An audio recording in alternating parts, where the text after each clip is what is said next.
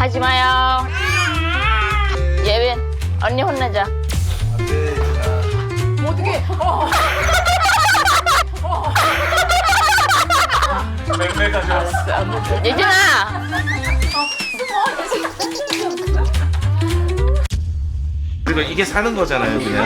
정말 우리가 드라마에서 보던 삶은 없어. 잘 모시고 살고 싸울 때도 많지만 또 웃을 때도 있고요. 뭐 이게 진짜 현실적인 삶 아닐까요? 나는 당신이 웃는 걸 보고 싶다. 2025년 2월 초 저희 두 부부는 새쌍둥이 가족을 만나기 위해 충주에 왔습니다. 그리고 그곳에서 만난 이분. 뭘 한 보따리 들고 가고 계세요? 크리스피 도넛, 아이들 간식, 지금 어디 가시는 길이에요? 저희 다둥이 집이야. 아, 다둥이 집? 네.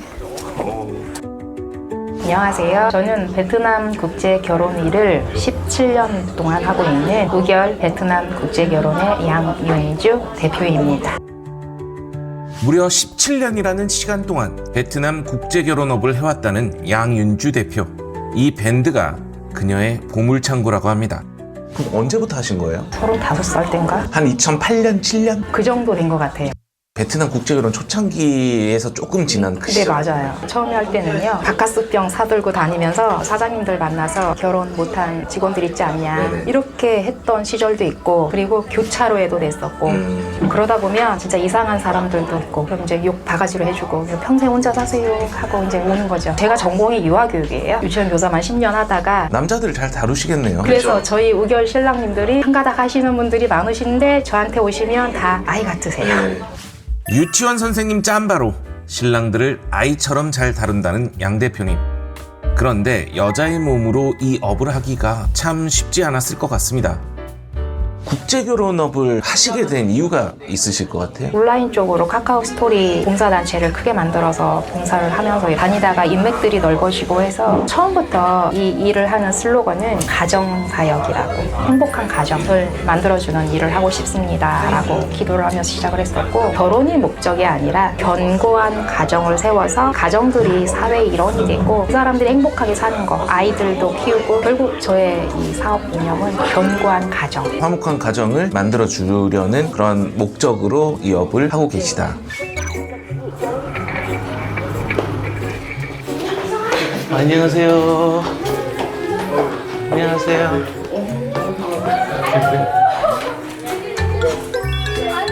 안녕하세요. 귀여워. 안녕. 귀여운 공주님들이 무려 3명. 저도 딸 바보지만 이분은 정말 딸 바보일 것 같습니다. 제가 그랬어요. 설날에 대표님이 본인 페이스북에 이렇게 삼둥이 가족을 올려주셨더라고요. 보자마자 나 이 집 촬영 갈래요. 3명을 키우고 있는 집은 귀여워. 어떻게 살고 있을까? 사람들도 궁금해할 것 같아서. 좋아요. 처음에는 힘들었는데 지금은 좋아요. 행복도 3배고 한참 이제 귀여운 짓을 할 때라서. 얘들 어린이집 다녀? 다음 달 어린이집에서 얘네가 이거야. 왜 얘네 하나 끊으면 3명이 없어지거든. 그냥 원장도 뭐 막 엄청 환영하지. 거의- 한 번에 3명이 왔어. 볼 때마다 뭐 입학금도 뭐 제외시켜준다 그러고 막. 얘네들은 어린이집 가도 적응 잘하겠다 하면은 같이 다 있잖아. 그러니까 친구들이니까 친구이자 그렇죠. 자매이자. 근데 막내가 깡패여서 얘가 깡패예요? 큰일 났어요. 네. 새 공주님들이 다 다르게 생겼죠. 특히 이 막내가 아주 성격이 활달하다고 하네요. 깡패래요. 저보다도 와이프하고 어머니가 많이 힘들었었죠. 자라고 할 때는 어머니하고 와이프가 많이 힘들었었죠. 나 전에 여기 왔을 때 진짜 전쟁이었지. 저는 낳자마자 발령 나가지고 와이프하고 어머니가 힘들었죠. 진짜 고생했을 거야. 하나 키우는 것도 얼마나 힘드는데. 하루에 기저귀가 30개씩 나왔으니까요. 하루에 기저귀 30개. 재밌어요? 이거 누구야?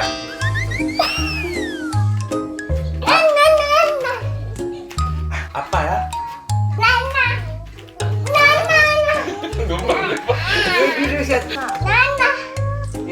하지 마요. 예빈, 언니 혼내자. 어떻게?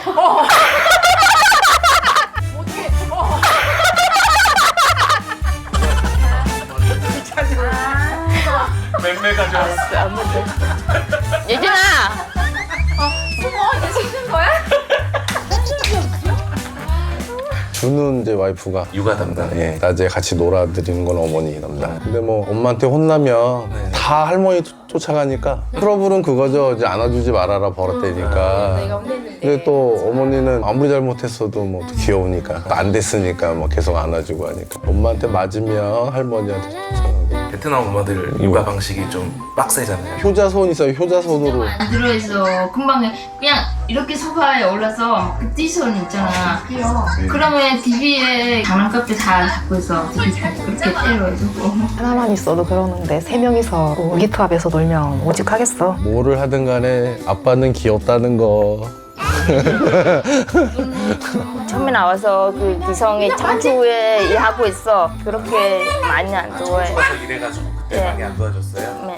그냥 신랑 없으면 그리 조금의 스포하고 이래. 그렇게 마음 아파 아니야. 그 있으면 그냥 애기 또 맨날 그 아빠 이렇게 달라했잖아. 그냥 아빠 있으면 더 힘들어요. 아빠 있는 게 더 힘들어요. 그런데 딸 부잣집 아빠는 대체 왜 국제결혼을 선택했을까요?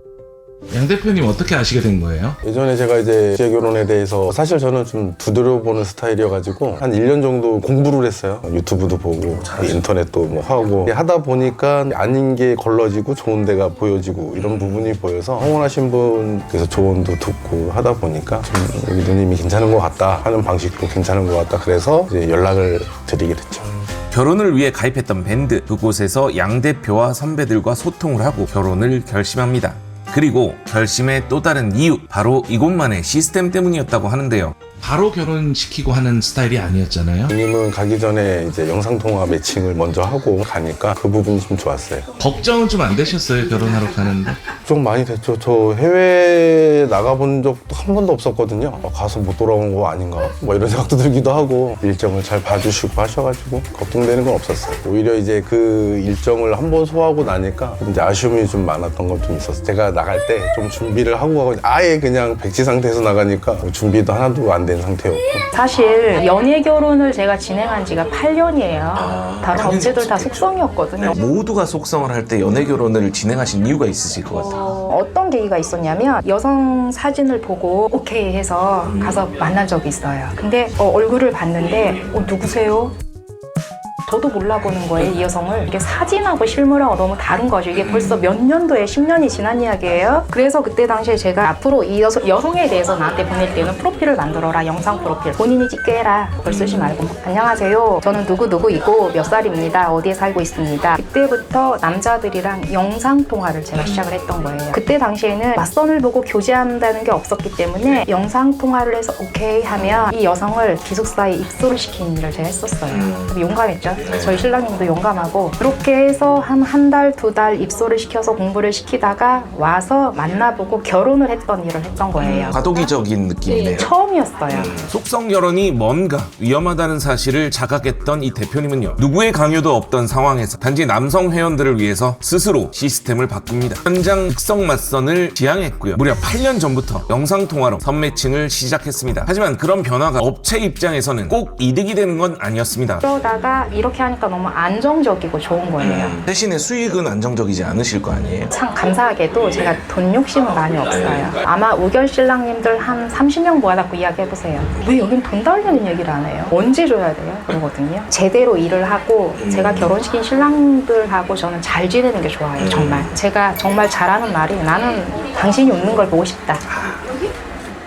이제 그 욕심이 저한테 있고 이 사람이 웃으면 제가 좋은 거예요. 흔히들 연애 결혼 방식이나 속성 결혼 방식이나 다 똑같은 중매 결혼 방식이라고 이야기들 합니다. 그리고 어쨌든 업체는 다 똑같다고 이야기합니다. 하지만 이 두 방식은요, 아주 큰 차이점이 있습니다. 가장 큰 차이점은요, 바로 대금 지급에 관한 부분입니다. 속성 결혼의 경우 현지 행사 5박 6일이 모두 끝나면요, 맞선 비용을 모두 지불해야 합니다. 당연하겠죠. 속성 결혼식을 했고 신혼여행을 다녀왔으니 그들이 말하는 성혼이 완료된 겁니다. 하지만 연애 결혼 시스템은 좀 다르죠. 매칭이 되면 중도금을 지급 지급하고요. 실제 전통 결혼식이 진행이 되어야만 최종적으로 대금은 완납이 됩니다. 결국 실제 전통 결혼식이 진행이 되어야만 수익을 볼 수 있는 그런 구조인 거죠. 그리고 이 연애 결혼 업체들은요, 계약서상의 성혼이라는 것이 이 전통 결혼식이기 때문에 성혼 이전에 생긴 문제에 대해서는요, 국제결혼 표준 약관에 명시된 환불 역시도 가능합니다. 그 당시에는 전통 결혼 해주는 막 업체도 거의 없었을 텐데 하신 이유가 있으실 것 같아요. 당연히 뭐 와이프는 첫 결혼을 하는 거고 그쪽에서도 해야 되니까 약혼식이라고 하는 건 하는데 가까운 친지들만 몇 분 오셔갖고 하는 거고, 와이프 전통 결혼식 가면 친척들이 워낙 많아요. 전통 결혼식은 뭐 당연히 해야 되겠다.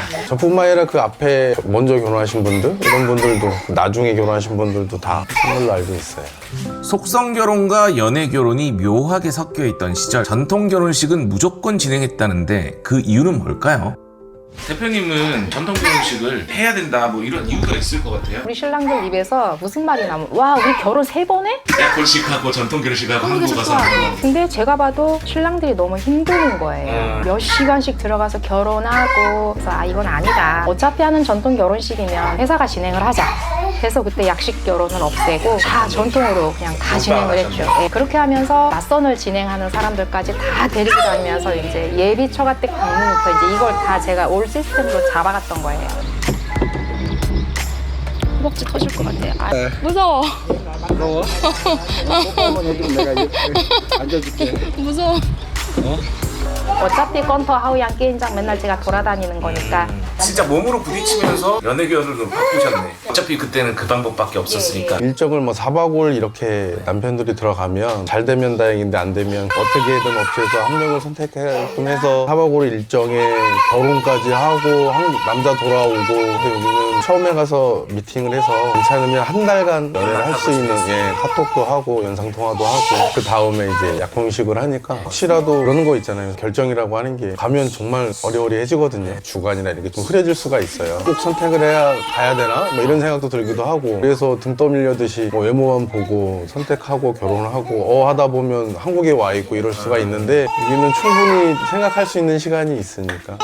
그런 게 좋았어요. 본격적으로 연애 기간을 두기 시작한 게 언제부터예요? 프로필을 소개받고 영상통화를 해서 서로 만나기로 약속된 사람들이 베트남으로 와서 만나잖아요. 그럼 결혼을 하기로 약속을 해. 그리고 나서 교제 기간을 가지잖아요. 그러면 이 신랑님들이 베트남으로 전통 결혼을 하러 올 때 베트남 혼인신고에 사인을 할 수 있게 해요. 근데 그 기간이 기본 한 달 반이에요. 한 달 반은 기본으로 기다려야 되기 때문에 기본 한 달 반 이상은 교제를 할 수 있도록 해줬고, 그렇게 하다 보니까 어떤 신랑님들은 또 뭐 6개월도 하고 7개월도 하고 결혼을 전제로 하는 교제, 서로 간의 믿음을 가지고 신부는 기숙사 입소를 해서 우리의 관리하에 이게 기포가는 거죠. 영상 통화를 마친 다음 실제 첫 맞선까지는 약 한 달이 걸립니다. 그동안 이 업체에서는요, 이 신랑의 서류 그리고 이 신부의 서류를 준비를 하죠. 그리고 현장에서 맞선이 이루어지지만 약혼식은 없습니다. 물론 신혼여행도 없겠죠. 대신 두 사람이 데이트를 하면서 서로에 대해 고민을 하는 시간이 주어집니다. 결정이 된다면 이제 결혼을 전제로 한 연애가 시작이 되는 거죠. 물론 이 여성은 기숙사에 입소를 하게 됩니다. 아내분은 어디가 제일 마음에 들었어요? 딱 보고요. 뭐 김태희나 뭐 이런 사람 아니면 사실 처음 보면 모르잖아요. 어떻게 잘 왔는지 성격 이런 거를 3-4시간에 다 파악할 수는 없거든요. 딱 봤을 때 느낌은 좀 좋다라고 하는 그 정도까지만. 그런 것 같아요. 뭐 사랑이라고 하는 게 김태희를 만나서, 베트남 김태희를 만나서 뭐 짠 했으면 좋겠는데, 저 같은 케이스는 이제 한국에 와서 같이 살면서 사랑이 커진 케이스이기 때문에. 근데 봤을 때 처음에 그냥 뭐 좋다 이 정도까지였어요. 뭐 정말 막 반해서 이 여자랑 꼭 결혼해야지 이런 건 없었고, 딱 봤을 때 괜찮다. 어쨌든 같이 살면서 키워가고 지금은 뭐 너무 잘 만난 것 같아요. 첫눈에 반할 수도 있습니다. 하지만 이 부부처럼 천천히 서로를 더 사랑하는 경우도 있습니다. 그리고 한결같은 남편에게 항상 고마워하는 아내. 같이 살다 보니까 남편 어떤 점이 제일 좋아요? 너무 착해요. 2개월 정도 이렇게 처음에 하고 와서 진짜 신랑이 다 이렇게 하고 그냥 다 해줘 이제. 다 해줬어요. 네. 같이 살면서 느끼는. 일단 뭐 남편 말도 잘 듣고요. 어머니한테도 잘 하려고 하고, 이게 눈에 보였어요. 다른 일을 하려고 하고 막 이런 모습이 아니라 우리 가족에 흡수하려고 하는 본인의 좀 노력이 좀 많이 보였어요. 많이 보였어요. 아내는 한국 생활에 적응하고 가족이 되기 위해 참 많이 애썼다고 합니다. 그리고 기성 씨도 그 마음이 고마워서 언제나 아내 편이 되어줬다고 합니다. 그럼 이제 신랑들이 제일 궁금해할 부분들의 몇 가지 우열의 신부들의 특별한 점이 있다면서요. 공공연히 많이들 알고 계시더라고요. 이쁘다. 이쁘다. 근데 이제 국결판에서 가장 많이 돌고 있는 말 중에 이쁘면 위험하다. 근데요, 그 이쁘다가 그냥 이쁘다가 아니고요. 이쁜데 순수해야 되고, 순수함이 눈에 보이느냐? 보여요. 관상학자라고 해도 될 만큼 보인단 말이에요. 그래서 한국적인 외모를 제가 제일 우선으로 하고, 아니면 이국적으로 예쁘든지. 그리고 나서 밝은 성격. 외모가 마음에 들어야지 성격을 파악을 해요. 그때부터 제가. 급하게 할 거 아니면 좀 한국적이고 예쁜 신부를 봐서 얘 성향이 어떤지를 파악을 하고, 또 이 남자가 부모님을 모시고 사는지 아니면 둘이만 사는지에 대한 여러 가지 환경 조건들을 파악을 하고, 이 여성이랑 매칭을 해도 되겠는지 안 되겠는지 파악을 하고 제가 이제 추천을 하거든요. 그러면 다 좋아들 하시고, 영상통화 하시고, 만나보셔서 좋아하시고, 교제하다가 결혼까지 가고 아이 낳고 다 가정에 이루고 살거든요. 좋은 점은 좋은 점이겠죠. 하지만 국제결혼을 준비하는 남성들에게 이것보다 가장 중요한 점이 있겠죠. 신부의 문제로 인해 연애가 중단될 경우 이 업체는 어떻게 진행을 할까요? 그렇다면 우결에서 만일에 신부 귀책 혹은 신랑 귀책으로 데이트가 중단된다. 매칭 후에 결혼 전에요. 환불 조건이 어떻게 되나요? 여성의 귀책 시에는 입금된 계약금의 80%를 반환을 해요. 그 계약금은 얼마냐? 300만 원이에요. 300만 원. 만약에 여성의 귀책이 생긴다면 그러면 200만 원 이상의 돈이 반환이 되는 거네요. 또 교제 기간 동안에 신부 집안에서 전통 결혼식 날짜가 잡히면 중도금을 입금을 시키거든요. 그럼 중도금은 100% 반환. 맞선을 보고 교제를 결정한다면 계약금 300만 원을 입금해야 합니다. 그런데 이 교제 중 여성의 귀책이 발생을 한다면 이 계약 금액 중 80%는요 남성들이 회수가 가능합니다. 그리고 전통 결혼식 날짜가 잡히게 되면요 중도금 600만 원을 입금을 하는데요. 이 전통 결혼식 이전에 여성의 귀책이 발생할 경우 이 600만 원은 전에 환불됩니다. 속성 결혼과 비교를 했을 때 남성들이 손해를 많이 보지 않는 그런 계약 조건으로 보입니다. 거의 중간에 여성의 문제가 생긴다면 남성 같은 경우는 뭐 시간적 손해, 비행기 항공권 같은 부분에서는 손해가 발생할 수 있겠지만 어쨌든 속성 결혼보다는 피해는 훨씬 적은 그런 상황이네요. 최대한 신랑이 돈을 안 쓰게 하려고 하는 거죠, 저는. 그러면 이게 장사가 되시는지 이제 저희도 잘해야죠. 더 철저하게 신경 써서 검증이나 확인을 좀 하신다. 남성들의 시간적, 금전적 피해를 최소화하기 위해서 업체는 손해를 볼 수밖에 없는 구조입니다. 그래서 손해를 보지 않기 위해서 더 철저하게 여성을 검증해야 된다고 이야기하는 양 대표님. 하지만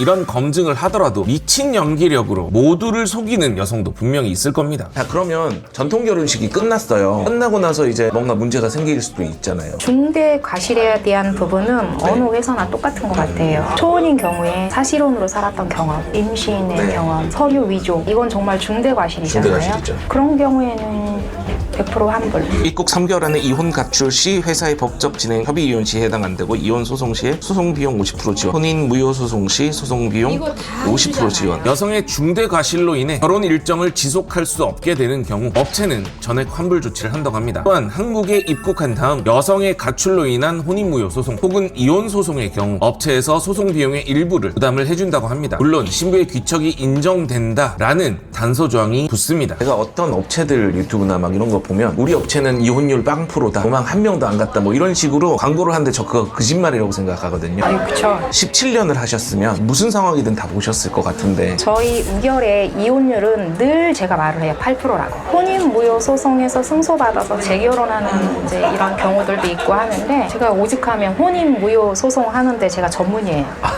그걸 직접 다 책임져 주시나요 혹시? 네, 할 수 있으니까요. 자료를 가장 많이 모아서 이거를 판사하고 싸울 수 있는 게 또 저고, 그러니까 이걸 제가 다 만들죠. 혼인 무효를 만일에 받았고 이 여자가 도망에 갔으면 보통 또 재진행할 때 어떻게 진행이 되나요? 신랑의 귀책이 없는 상황에서 무효가 됐어요. 그러면 업체의 비용은 없어요. 신혼여행 비용, 전통혼례 비용 다 회사가 진행을 하고, 항공료하고 신부 폐물비만 본인이 내서 다시 재결혼을 하는 거예요. 근데 분명한 거는 신랑의 귀책이 없을 때예요. 근데 신랑의 귀책이 있는 거를 내가 명확하게 확인이 됐을 때는 800만 원은 내라고 해요. 솔직히 말하면 신부 귀책이라고 쳤을 때도 일단 신부가 입국을 하고 나면 계약서상으로 계약은 종료잖아요. 계약서대로 하면은요, 신랑님들하고 저 그렇게 많이 못 친해요. 계약서는 그냥 종이일 뿐이라고 저는 항상 말을 해요. 싸울 일도 없었고 불쌍하잖아요, 우리 신랑님들. 내가 안 도와주면 누가 도와줘요. 내가 결혼을 시켰고 다시 새 삶을 살 수 있도록 하는 것도 저고. 신랑의 귀책이 전혀 없다면요 업체는 출혈을 이자를 감수해서라도 재진행 전통 결혼식 비용까지 회사에서 책임을 진다고 합니다. 근데 법적으로는 이럴 필요가 전혀 없습니다. 국제결혼 표준 약관에 따르면요, 일단 신부가 한국에 입국하는 그 순간 계약은 종료가 됩니다. 업체들이 길을 쓰고 어떻게 해서든 신부를 한국에 입국시키려 하는 이유가 바로 이것 때문이죠. 하지만 입국 이후의 삶이 더 중요하다는 것을 우리 모두 알고 있습니다. 그리고 이 업체의 대표님 역시 그 부분에 대해서 많은 공감을 하고 있다는 것, 그것을 느낄 수 있는 대목이었습니다. 사람들은 결혼을 한다고 하면 환상을 가져가지고 저는 항상 신부가 한국에 입국하면 그때부터 실전의 시작이다라고 얘기를 해요. 그리고 이게 사는 거잖아요. 그냥 정말 우리가 드라마에서 보던 삶은 없어. 일단 처음에 만남과 결혼 과정 속에서는 너무 재밌죠. 근데 일정을 다 소화해서 한국에 일단 돌아오면 말씀하신 것처럼 현실이 되거든요. 한국 음식을 먹어야 되고 한국 문화를 해야 되고, 또 와이프 입장에서는 뭐 받아들일 수 있는 부분도 있겠지만 아닌 부분도 있고, 부부 갈등은 뭐 없을 수는 없어요. 근데 그거를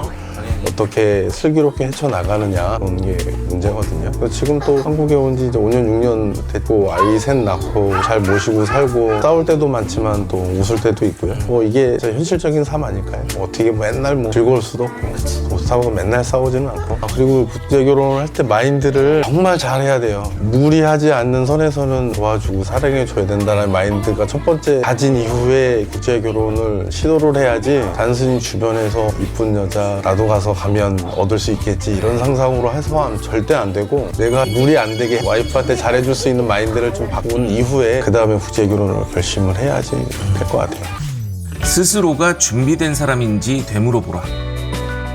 국제결혼을 위한 첫걸음은 계약금이 아닙니다. 배우자를 만나러 가겠다는, 아끼고 사랑하겠다는 그 마음입니다. 아내분한테 어떤 부분이 제일 고마운지 한번 말씀해 주실 수 있어요? 간단한 거는 어머님 잘 모시고요. 힘들지만 아이 셋 낳아서 잘 키우고 좋은 것 같아요. 남편분한테 제일 어떤 게 고마워요? 처음에 한국 와서 다 잘 몰라 하고 신랑이 그냥 다 도와하고 있잖아. 그 엄마 아빠 한국에 들어와서 신랑이 잘 챙겨하고 있어요. 그렇게 너무너무 고마워요. 귀여워. 3명의 천사가 여기 있습니다. 주실 거예요? 이 아이들의 감사합니다. 더 나은 미래를 위해 우리는 어떤 선택을 해야 할까요? 각오 같은 게 있으실 것 같아요? 요즘에 유튜브들의 국제결혼들이 너무 성황하잖아요. 같이 발맞추지 않고 그냥 제 템포 그대로 제가 했던 일을 하고 싶어요. 견고한 가정을 세워주고 부부들하고 즐겁게 지내는 제가 결혼시킨 신랑님들하고 같이 우결을 즐겁게 해나가는 결혼 사업이 아니라 그 마음. 또 하나의 회사와 협업을 결정하기 위해 참 많은 고민을 했었습니다.